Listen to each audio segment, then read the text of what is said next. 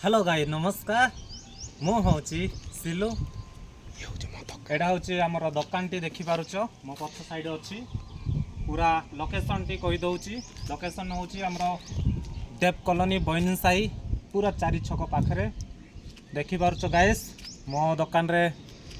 car bike auto tractor wash करा जाए पूरा सुलभ मूल्य रे जानवाहन को भल भाव सफा करा जाए जो मानकर जानवाहन अच्छी गाइस दयाकोरी दुकान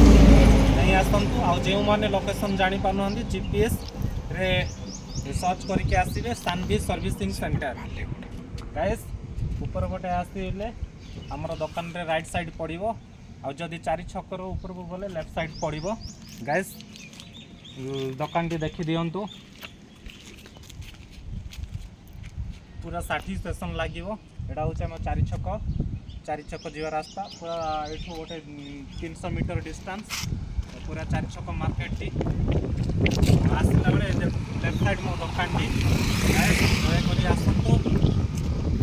पूरा सार्टिफिकेशन करा गाड़ी को पूरा सुलभ मूल्य थुआ पूरा भल भाव सफा करा